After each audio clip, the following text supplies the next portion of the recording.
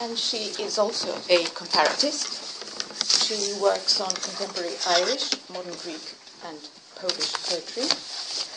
And her current project involves precisely this, a comparative study, a close comparison of modern Greek and Irish poetry. And her topic today is Thrown Off Reality in the Labyrinth of the Sea, Zbigniew Herbert's Crete. Yes, this is not going to be on Irish, but Polish poet traveling in Crete, especially a collection of his essays on his Greek journeys. So just for your information, Zbigniew Herbert was one of the most renowned poets in Poland of the 20th century, and they were just like rivaling with Miłosz for the Nobel Prize. So he's really recognized poet.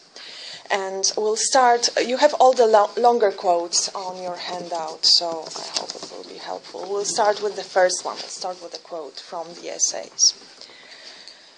Whoever comes here with the palette of an Italian landscape painter will have to abandon all sweet colors. The earth is burned by the sun, parched from drought. It has the color of bright ash, sometimes of grey violet or violent red. The landscape is not only before your eyes, but also beside you, behind you. You feel its intrusion, its siege, its intense presence. Between light and shadow, a sharp line cut by the diamond. The Greeks covered the stones of their temples with murals in order not to go blind. But before their sanctuaries rose up in the sun, Greece's heart was already beating under the earth. One must begin one's wandering from caves, labyrinths, and crevices. This will be an attempt to describe the landscape and its apparently direct results. Results of the description.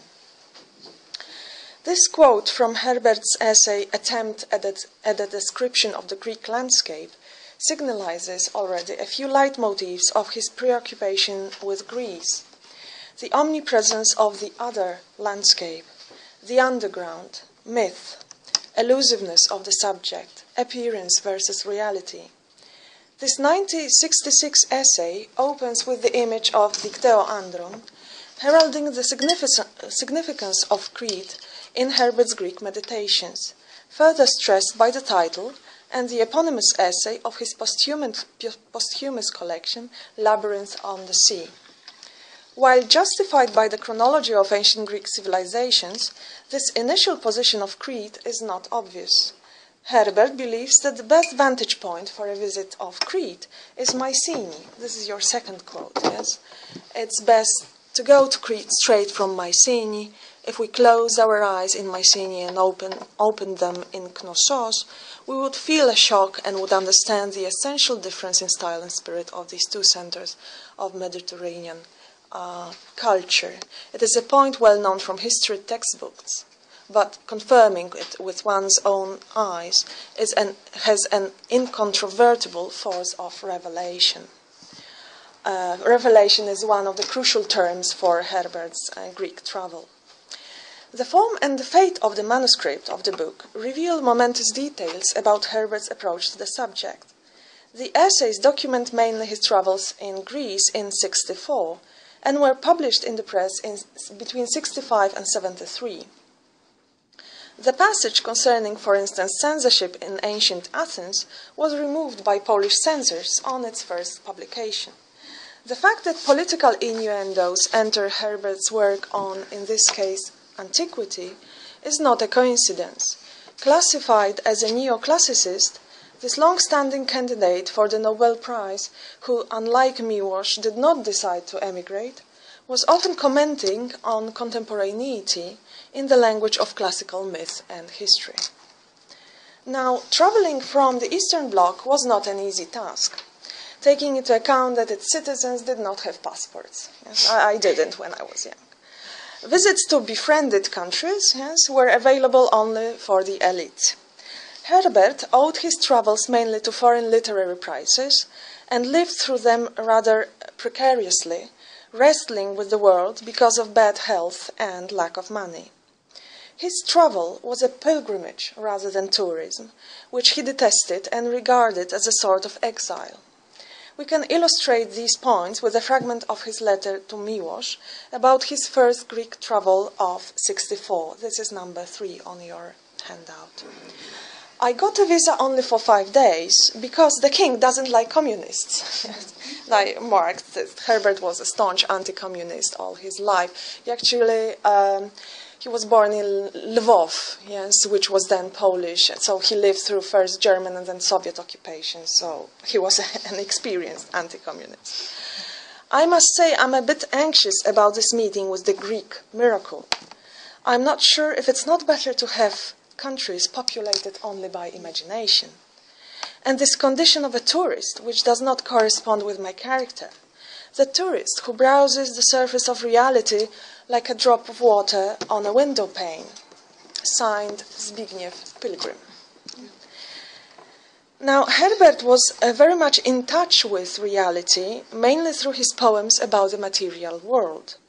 The study of an object, this is the title of his third collection, was his private ontology devised against the chaos of history, securing unequivocal permanence against changing ideologies. He believed stasis to give meaning to movement and senses to confirm the reality of myth. For instance, when he's on a trip to Sunyon, he's trying to discover the scent of the marble. Yes? So he's sensing the history. Now, browsing on the surface of reality may not have been so disastrous as being thrown off it in Heraklion, we'll come to that, but both experiences turn out to be trying for this hunter of myths. Paradoxically, one should say, as Herbert's approach to myth and reality seems close to Jung's or Eliade's, not only because of applying myth as a paradigm of modernity. Another fact, unmentioned in his essays, is that Herbert's European pilgrimages felt privileged and stimulated a sense of mission, not only to grant Polish readers a mental travel which they otherwise couldn't afford, but also, personally, to verify the tradition he was acquainted with through his extensive reading. In this mission, he experienced failures of great expectations on seeing Cretan frescoes, awakenings of blasé tourists. He was guided by Henry Miller's Alexandros at Festos. Sudden blackouts of sensitivities. This was his third day at the Archaeological Museum of Athens. But first and foremost, neophyte-like worship of miracles and of everyday life. For instance, at the Aya Triada sarcophagus or in the Heraklion marketplace. The quote from the letter to Miłosz exemplifies yet another dimension of Herbert's travel, the imaginary one, linked to his literary activities. Translation was an example of such spiritual travel.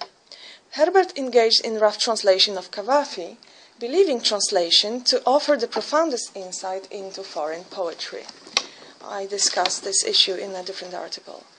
During his travels, he also spent a lot of time in libraries, completing his essays with historical information, where he was drawn to marginal events just the way Cavafy was.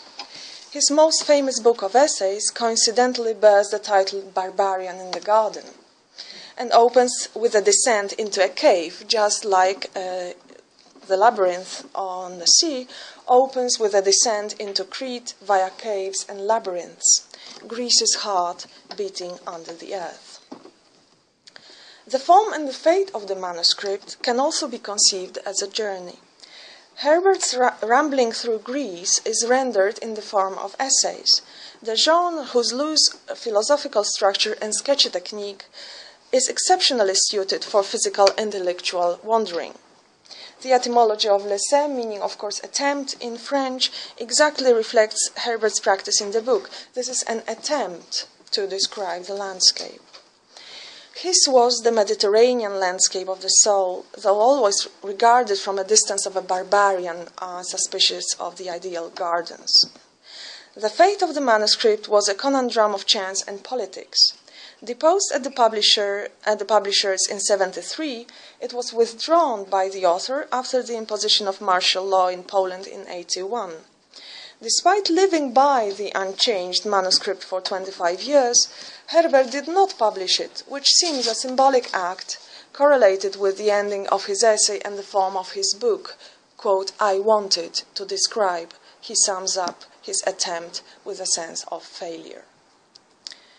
"I went to Greece to encounter the landscape," he opens his essay, and at the end concludes, "I'm aware that what I have written does not correspond to its title. Too often I have slid from the theme of landscape into the sphere of legend and history." Unquote. As one can infer from this quote, although the poet apparently identified landscape with nature, he practically described it as a fusion of natural, cultural, and historical phenomena, the definition dominating the eco-critical trend of landscape study in recent decades. It is interesting to quote here a Greek geography scholar, Theano Terkienli, who defines a landscape identity as, quote, "simply an idea with a history, a geography, an imagery, and a vocabulary, or one which depends on such in order to assume reality and presence." With the shift of emphasis from vocabulary to culture, this definition perfectly matches Herbert's descriptions. Yet the Polish poet is acutely aware of, quote, "the lure of description and the failures of mere descriptiveness," that is, of the hiatus between reality and literature, between the temptations of mimesis on the one hand and the subjectivity and elusiveness of the subject on the other. Characteristically for his skeptical mind, the book is an apparent direct result of an attempt. This may explain his irritation and abhorrence at the extreme illusion he experiences in Heraklion in the siesta hours. And this is quote number 4. "I walk into town on an uphill road that seems to go on forever, though the evidence of one's eyes refutes it. The dimensions of light have frozen, and though I hear the crunch of gravel under my feet and the sound of my own steps, I seem not to be moving at all, sunk up to my neck in the heat, drowned in the glare. I begin to suffer a painful loss of reality. I see now as if in a dream, askance, unable to communicate with my body, moving like a pendulum, motionless, bound to blank space, fixed one and for all as if on a photograph, caught in a trap of appearances with a heavy shadow on my back. I will be haunted for many years by this image and the memory of the walk up steep Handako Street, an image of being fettered, as if death had just then touched me for the first time in the blinding midday sun. I rented a room and rushed to the museum to surround myself with objects, many objects, in the hope that I would forget that shameful episode and the nauseating sense of being cast out of reality." This description could have been written by an existentialist writer, the hero of Camus's Stranger, for instance. You have an excerpt there under 4. It follows Herbert's quote, "is similarly cast out of reality at his mother's funeral by heat and fatigue." Yet in the excerpt above, intertwined in the grid of sensory detail, resides a vast network of mythographic reference. Eternity, stasis, dream, exteriorization or out-of-body experience, appearance, image, memory, haunting, and finally death as the utmost state of unreality. All these elements hinge on the notion of myth advocated by Jung, Eliade, or Campbell. In his Myth and Reality, Eliade writes about, quote, "the soul's fall into matter, life, and the mortal sleep that ensues. That is, the earthly existence of the soul juxtaposed with its extraterrestrial origin. In fact, both dimensions can be found in the passage from the labyrinth. While Herbert clings to objects as an antidote to the nauseating sense of being cast out of reality, he also attributes to them certain axiology, as in the poem Pebble or in the following interview, number 5. "In this chaos of the world, we were trying to create ontology on the basis of symbol objects, which equal themselves, which do not change. I believe in values. They have to be constant. Something has to be constant, otherwise movement doesn't have sense. When Herbert seeks reality in the physical world, the matter, it is the matter, body and weather conditions, which stimulate the fall of his soul into myth belonging to an alternative reality. Myth, according to Eliade, number 6, awakens and maintains consciousness of another world, a beyond, the plane of absolute realities. It is the experience of the sacred which gives birth to the idea that something really exists. Myth is the model of the world of axiological values, transcendent paradigms for all human activities. Unquote. The reason why I resort to myth to justify Herbert's description is that on boarding Theseus, this was the name of the ship he chose to go to Crete on, the poet seems to enter the mythical labyrinth and starts perceiving Crete largely through mythical lens. His description of the Cretan journey commences with a vision of an island goddess emerging from the sea. This is number 7. Early in the morning, I step out onto the upper deck of our ship. On the planks, stained with tar and oil, the bodies of men and women are strewn in disarray, as if some feast had ended in a slaughter. I am alone amid sleepy exhalations. I want to see Crete emerge from the sea. High up, over the misty horizon, barely visible, something faint, an opacity of the sky, a grey mark taking on a shape, and then I see, clearly a mountaintop suspended in the height like in a Japanese landscape painting. I go on watching as the mountain grows, descends slowly, majestically, as in down a staircase, until a mountain chain settles on the sea before my eyes, filling the horizon.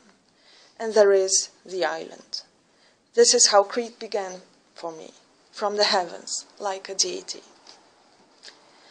This unfolding private mythical encounter with Aphrodite Crete, embodied in the animated landscape, ends up in an autogenous genesis. Yes. A lonely individual is watching this miraculous creation of the world in the spirit of reverence and in the sacred time opposed to the profane one. This is the moment of hierophany, hierophania, defined by Eliade in The Sacred and the Profane as the manifestation of the sacred, quote, something of a wholly different order, a reality that does not belong to our world, in a mysterious act, in objects that are integral part of our natural profane world. Movement and integrity with the natural world were exactly the features Herbert observes about Cretan landscape. On visiting Knossos, the poet notes, this is number 8. I walk the Kieratos Valley to see the palace set against the landscape. It's not against the landscape, but grows out of it, organic, like a tree. It flows down the gentle slope in falls like a cascade. It gave me an impression of a honeycomb, because it could be enlarged at will, a blossoming system, and at the same time its organic quality was based on its being rooted perfectly in the terrain, on the natural use of elevations and declivities. Together with the passion for movement in Minoan art that he detects while watching the frescoes, wavy, dancing, blossoming lines, Knossos is indeed the revelation of the sacred, but at a natural and human scale, quite different from the organic qualities Herbert observes about monumental Delphi in another essay. Struck by theatricality of Knossos architecture and disparaging about Evans's extravaganza, the erudite poet is moved by Minoan figurines and ceramics, quote, as if life on Minos' island had been a game, a somewhat shallow amusement, superficial, carefree.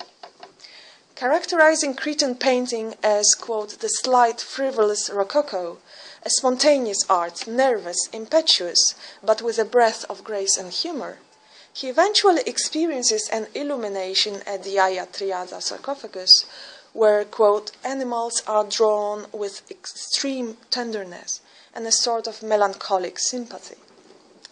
hypothesizing that our belief in the Minoan culture as peaceful and benign may be just, quote, a delusion caused by the need to believe in a golden age, in the innocent childhood of humanity, Herbert, after the inspection of Knossos' landscape, concludes the following. This is number 9. There is no path to the world but the path of compassion. It seems that the hubris of great civilizations was foreign to the inhabitants of ancient Crete. It is as if the unleashed elements were too great and cruel in proportion to what they destroyed. Their ruins are the ruins of a cradle, the ruins of a child's room. Compassion becomes for Herbert the key to Cretan landscape and culture and to myth in general. Initially, the reader of his labyrinth may suppose that the author will be repeating the deed of Campbell's hero on entering the sacred space. Already before going to Crete, in Athens, Herbert puts himself in the position of literary Theseus. This is quote number 10. He's wandering through Athens and tries to decipher its character by making a map, against which he fails. In Knossos, he decides to err at random, which is his method to move architecture, to make it vibrate, make it revolve in order to revive the past. If we compare all this with a quote from Joseph Campbell's The Hero with 1,000 Faces, this is a long quote, number 11, it turns out that Herbert indeed searches for symbols in the place of discovery, miracle, and fruitful meditation. The centered and eternally relevant landscape. He's indeed trying to resuscitate the unknown history of, quote, Crete the mysterious, its lips and eyes firmly shut, defending itself, a seismic island of uncertain and unsteady hypotheses, unquote. Yet instead of putting himself in the shoes of Theseus, he chooses Minotaur as his alter ego. Quote, I have always sympathized with Minotaur rather than Theseus. He writes about the monster whose legs on a Psycho seal are, quote, pathetically thin and vulnerable. Continuing with the quote, poor Minotaur. From my earliest childhood, I felt compassion for that half-beast, half-man